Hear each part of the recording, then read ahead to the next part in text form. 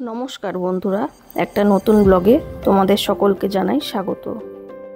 এবছরের মতো বড় ট্রিপ যেহেতু আমাদের হয়ে গেছে, তাই এই গরমের ছুটিতে সানাকে নিয়ে আমরা একটা ছোট্ট ট্রিপে যাচ্ছি। সেই ট্রিপটাই আজকে তোমাদের সাথে আমি শেয়ার করব। আর কাশ্মীর সিরিজের পরবর্তী পর্বগুলি এই চ্যানেলে আমি খুব তাড়াতাড়ি দেওয়ার চেষ্টা করব। তো আজকে আমরা চলে এসেছি কোলাঘাটের শেরি বেঙ্গল রিসোর্টে, শের বেঙ্গল রিভার রিসোর্ট।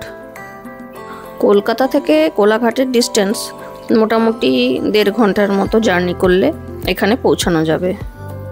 আর এই রিসোর্টটার বিশেষ আকর্ষণ হলো ওয়াটার পার্ক, যেটা বাচ্চাদের কাছে খুবই আকর্ষণীয়। তাই আমরা আজকে চলে এসেছি সানাকে নিয়ে শের বেঙ্গল রিভার রিসোর্টে, সবাই মিলে একসাথে একটু আনন্দ করব বলে। তোমাদের এই ব্লগে আমি পুরো রিসোর্টটাই ঘুরিয়ে দেখাবো। রিসোর্টের খাওয়া দাওয়া, রিসোর্টটা পুরোটাই তোমাদের সাথে শেয়ার করব। রিসোর্টের কোথায় কি আছে, কিভাবে সাজানো গোছানো, সমস্ত ডিটেলস তোমাদেরকে দেব। এইটা হচ্ছে রিসোর্টের রিসেপশন এরিয়া। রিসেপশন এরিয়াটা বেশ অনেকটাই বড়, খুবই সুন্দরভাবে সাজানো। পৌঁছানো মাত্রই আমাদের ওয়েলকাম ড্রিঙ্কস দিয়ে স্বাগত জানানো হলো। ওয়েলকাম ড্রিঙ্কসটা খেতেও বেশ ভালো ছিল। তো সানা যেহেতু খায় না এইসব, তাই ও খায়নি।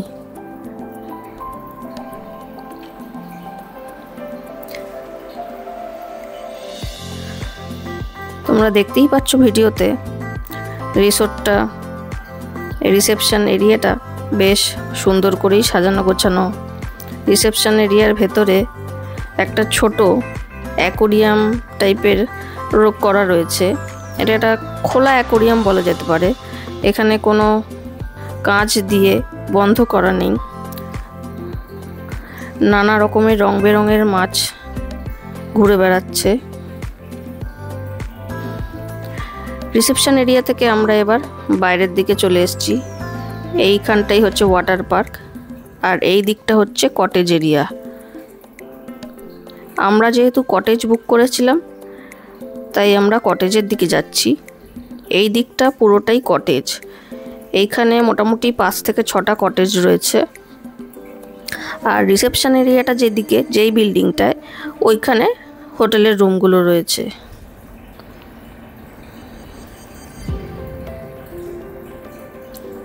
দেখো, কটেজের ভেতরে আমরা প্রবেশ করেছি। বেশ বড় ঘর, মোটামুটি বলা যেতে পারে 400 স্কোয়ার ফিট। তোমরা বুঝতেই পারছো কতটা বড় রুম। রুমের ভেতরটাও খুব সুন্দর করে সাজানো গোছানো। তাতে প্রয়োজনীয় সমস্ত রকম জিনিস রয়েছে। টিভি, ফ্রিজ, ইলেকট্রিক কেটলি থেকে শুরু করে সমস্ত রকম জিনিস তারা প্রোভাইড করেছে। এই যে ফ্রিজটা, আর এইখানে চা বানানোর যাবতীয় সরঞ্জাম রাখা রয়েছে।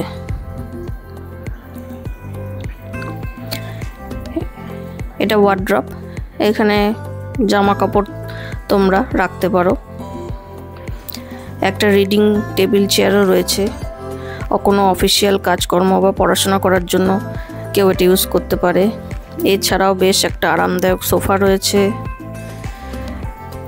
আর বেডটাও খুব সুন্দর ছিল, আরামদায়ক, খুব ভালোই আমাদের লেগেছে।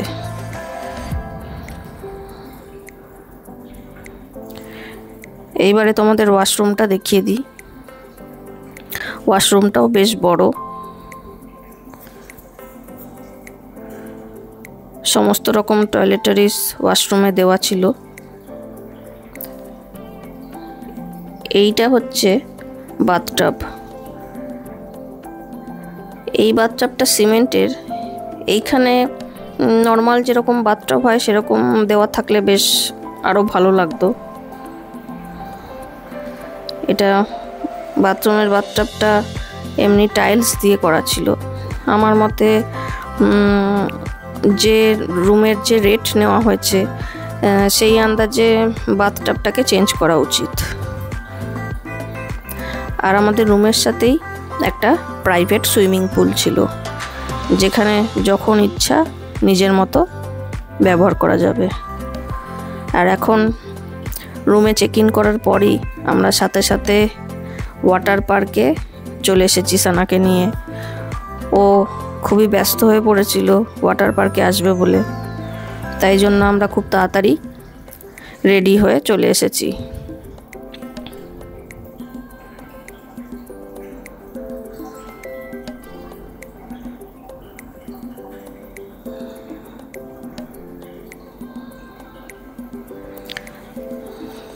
ও আমাকে বলছে আমি কেন নিজের ফোন আনিনি, ওর ফোন দিয়ে কেন ভিডিও করছি, সেটাই আমাকে বলছে। তো যাই হোক, যেহেতু ওয়াটার পার্কে এসেছিলাম ওই জন্য ফোন আনিনি।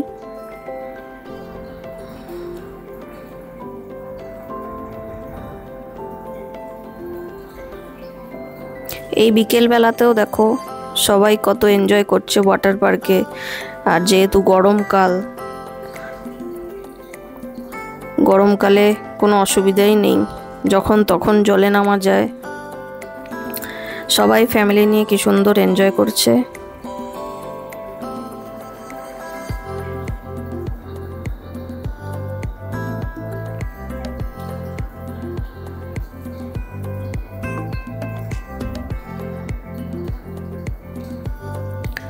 এইখানে ওয়াটার পার্কে যে সমস্ত স্লাইড স্লিপ যেগুলো রয়েছে সেগুলো বেশ ভালো কোয়ালিটিরই এবং ভালোই বেশ, তাতে কোনো রকম অপরিষ্কার বা কিছু আমার চোখে পড়েনি। ভালো লেগেছে। সুইমিং পুলটাও পরিষ্কার পরিচ্ছন্ন ছিল।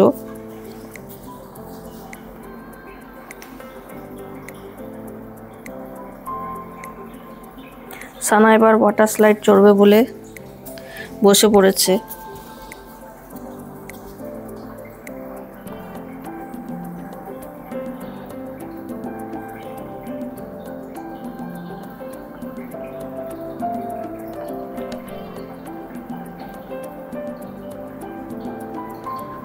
এক দুদিন সময় কাটানোর জন্য এই ধরনের রিসোর্টগুলো বেশ আজকালকার দিনে বেশ ভালোই। যখন যাদের হাতে বেশি দূরে যাওয়ার সময় নেই তাদের জন্য এই ধরনের রিসোর্টগুলো খুবই ভালো। তো ওয়াটার পার্কে খেলাধুলা করার পরে আমরা রাতের সন্ধ্যেবেলা স্ন্যাক্স নিয়ে নিয়েছিলাম। এখানে নিয়েছি আমরা এগ পকোড়া, ফিশ ফিঙ্গার আর ক্রিসপি ভেজিটেবলস। এই ক্রিসপি ভেজিটেবলসটা বেশ একটু অন্যরকম লাগলো আর খেতেও বেশ ভালো ছিল, ঝাল ঝাল মতন। আর ফিশ ফিঙ্গারটাও বেশ টাটকা মাছের ছিল। যাই মাছ দিয়ে থাকুক, ভেটকি বা বাসা, সেটা বলতে পারবো না, কিন্তু যে মাছটাই দিক সেই মাছটা ফ্রেশ ছিল। তো যেহেতু পেট ভরে গেছিলো ওইসব খাওয়া দাওয়া করার পরে, ওই জন্য রাতে আর আমরা কেউ ডিনার করিনি। আর সানার জন্য যেহেতু খিচুড়ি অর্ডার করেছিলাম, সেই খিচুড়িও অনেকটা ছিল, তো ওই খেয়েই আমাদের রাতে হয়ে যায়। ওই জন্য আলাদা করে আমরা কেউ আর ডিনার করিনি। তো রাতের বেলায় আমরা একটু রিসোর্টটা দেখতে বেরিয়েছি। রাতে রিসোর্টটা কেমন দেখতে লাগছে সেটাই এখন তোমাদেরকে দেখাচ্ছি।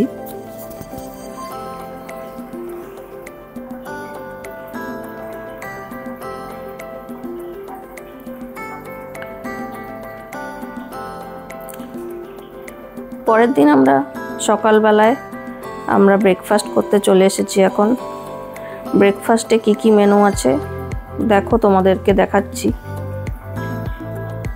এটা রয়েছে কাস্টার্ড, আগেরটা ছিল সিমুই। আর এখানে ওই চিকেন সটে ভেজিটেবলস দিয়ে, এটা ছিল ম্যাগি, এটা ভার্মিসেলি চাউমিন, এটা ভার্মিসেলি চাউমিন। ভার্মিসেলি চাউমিনটা বেশ ভালোই খেতে ছিল। আর এখানে ইডলি, সাম্বার, চাটনি, আর এছাড়া পুরি, সবজি সবই রয়েছে। আর কেউ চাইলে এখানে ধোসা অর্ডার করতে পারে, এগ পোচ অর্ডার করতে পারে। ব্রেকফাস্ট সেরে আমরা আবার সুইমিং পুলে, আমাদের যে প্রাইভেট সুইমিং পুল সেই সুইমিং পুলে নেমে পড়েছি। সুইমিং পুলে নামার জন্য সানা ব্যস্ত হয়ে যাচ্ছিল, তাই ব্রেকফাস্ট করেই আমরা চটজলদি সুইমিং পুলে নেমে পড়েছি এবং আজকে সারাটা দিন আমরা অনেকক্ষণ সময় কাটাবো এই সুইমিং পুলেই।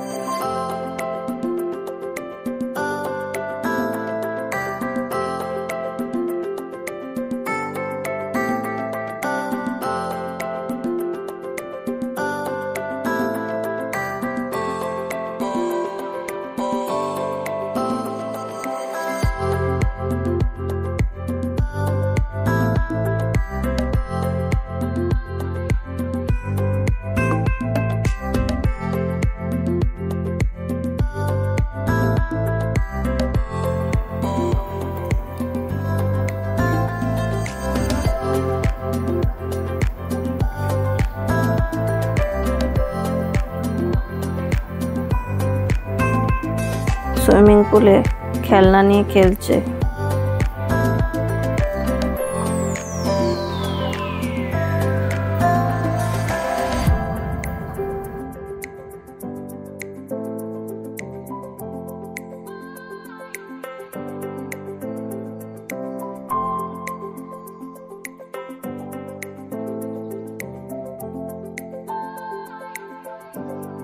এবার আমরা ঠিক করলাম সুইমিং পুল থেকে আমরা চলে যাব ওয়াটার পার্কে। ওয়াটার পার্কে এসেও সানা নিজের মতো করে খেলছে, নিজের মতো করে আনন্দ উপভোগ করছে। খুব মজা নিচ্ছে।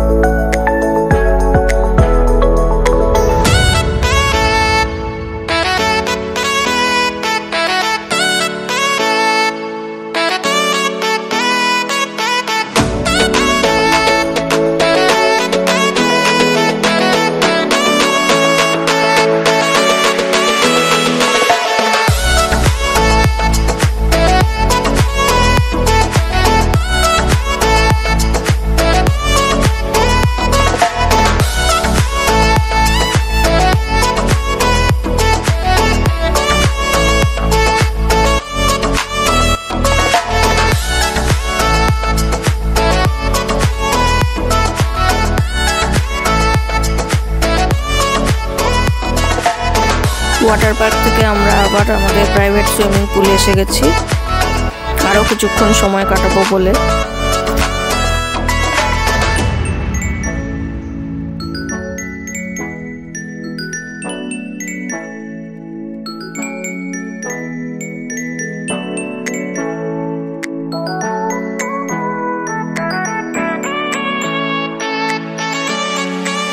অনেকটাই বেলা হয়ে গেছে, এইবারে সুইমিং পুল থেকে আস্তে আস্তে উঠে পড়তে হবে, ফ্রেশ হতে হবে, দুপুরের লাঞ্চ করতে হবে। আবার তোমাদের সাথে লাঞ্চের সময় কথা হচ্ছে।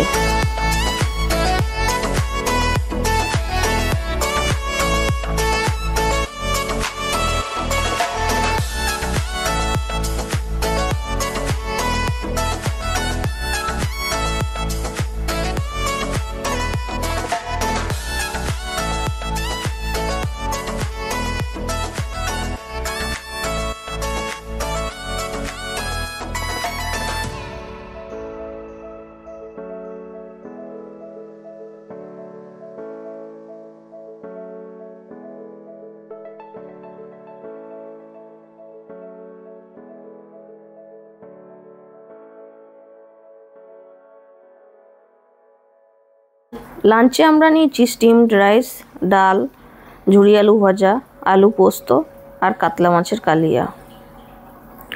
বিকেলের দিকে দেখছি হঠাৎ করে অনেক লোকজন প্রোগ্রামের আয়োজন করা হয়েছে।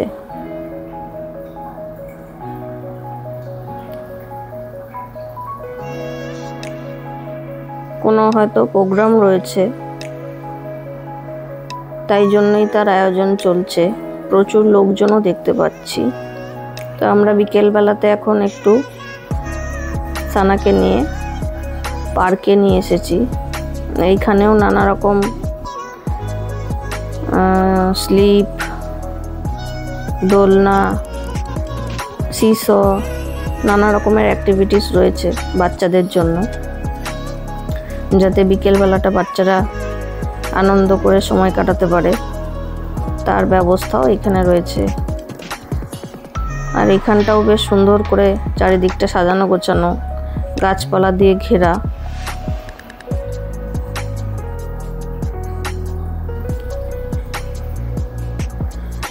বিকেলবেলায় কিছুক্ষণ সানা এখানেই খেলাধুলা করছে, দেখো প্রচুর মজা করছে।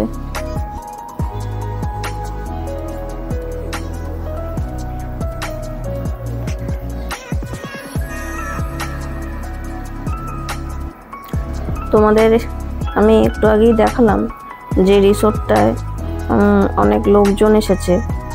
দেখো একটু ভয় পেয়েছে, বাট আনন্দও করেছে। হ্যাঁ, যেটা বলছিলাম, রিসোর্টটায় দেখো তোমরা দেখতেই পাচ্ছ যে অনেক লোকজন এসেছে।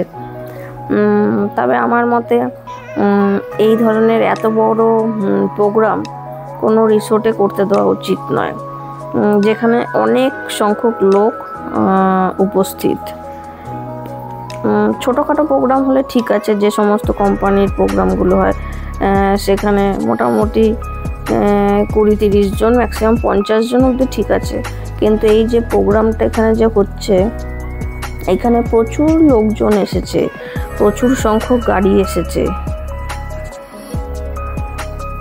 তো আমার মতে এত লোক সংখ্যা নিয়ে এই রিসোর্টগুলোতে এত বড় করে প্রোগ্রাম করা ঠিক নয়, কারণ এতে তো অনেকে ফ্যামিলি নিয়ে আসে, ফ্যামিলির সেই প্রাইভেসিটা নষ্ট হয় বাইরের লোকজন এসে। আর যেহেতু এটা একটা কমন এরিয়ার মধ্যে হচ্ছে, বাইরের লোকজনও সেখানে এসে ঢুকে পড়ছে, আবার রিসোর্টের লোকজনও রয়েছে। এটা একটা আমার মতে একটা প্রাইভেসির একটা ম্যাটার করে। যদি এই জায়গাটা একটা আলাদা জায়গায় হতো, আলাদা পোর্শনে হতো, যেখানে কটেজের লোকজন বা হোটেলের লোকজন, হোটেলের রিসোর্টের যে বিল্ডিংটা, তার রুমের যে সমস্ত লোকজন যদি এখানে এদিকটায় না আসে, তাহলে সেরকম ধরনের প্রোগ্রাম করলে ঠিক হয়। কিন্তু একটা পুরো মিডিল পোর্শানে, এটা একটা পুরো মিডিল পোর্শান, যেখানে একপাশে বাচ্চাদের জন্য অ্যামিউজমেন্ট পার্ক মতো করা হয়েছে, তারই মিডিল পোর্শানে এত বড় প্রোগ্রাম হচ্ছে, যেখানে প্রচুর সংখ্যক লোকজন এসছে। আর এই প্রোগ্রাম রাত অবধি চলবে, তারও একটা আওয়াজের ব্যাপার থাকে, মাইকের ব্যাপার থাকে। সেইখানে একটা যারা রিসোর্টটায় থাকছেন তাদের একটা ডিস্টারবেন্সের ব্যাপার থাকে। দেখতেই পাচ্ছেন পুরো গার্ডেনটা জুড়ে গাড়ি আর গাড়ি, প্রচুর সংখ্যক লোক, প্রায় এখানে 200 থেকে 300 লোক হবে আশা করছি। তো এই ধরনের এত বড় প্রোগ্রাম এই ধরনের রিসোর্টগুলোতে কি করে অ্যালাউ করে আমার ঠিক জানা নেই। এগুলো অ্যালাউ করা ঠিক না, কারণ যারা এই রিসোর্টে থাকছেন তাদের একটা প্রাইভেসি ম্যাটার করে, সেইখানে প্রাইভেসির একটা ঘাটতি তৈরি হয়। বাইরের লোকজন মাঝে মাঝে কখনো আমাদের কটেজে কলিং বেল মারছে, যখন দেখি তখন খুলে দেখি যে বাইরের লোক, যদিও ভুলবশত তারা এসে দরজায় নক করছেন, কিন্তু মানে ঠিক বুঝলাম না তাদেরও কি রিসোর্টে বুকিং ছিল নাকি জানি না এই ধরনের প্রোগ্রাম আমার মতে এত বড় প্রোগ্রাম এই ধরনের রিসোর্টে অ্যালাউ করা উচিত নয়। এই যে দেখছেন শান্ত পরিবেশ, এটা ভোরবেলায় আমি যখন হাঁটতে বেরিয়েছিলাম তখন করেছিলাম। রিসোর্টটার এটা এক পেছনের দিক, এই পেছনের দিকটা দিয়েই রূপনারায়ণ নদী বয়ে যাচ্ছে। এখনো সাজানোর কাজ চলছে, সেটা তোমরা দেখতেই পাচ্ছ, সাজানো গোছানো চলছে। প্রচুর লোক রিসোর্টটায় গার্ডেনিং এর কাজও করছে।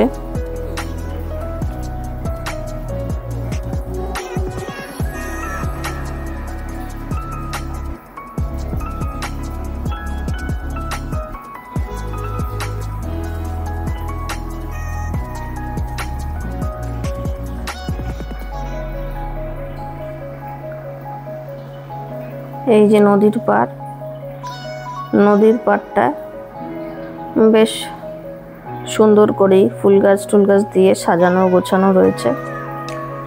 সকালবেলায় সময় কাটাতে এখানে সত্যি খুব ভালো লাগবে।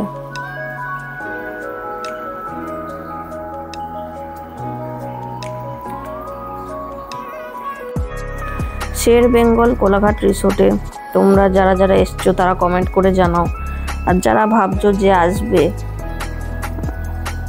তারাও কমেন্ট করে জানাও। আর ভিডিওটা ভালো লাগলে চ্যানেলটাকে একটা লাইক শেয়ার সাবস্ক্রাইব করে দিও।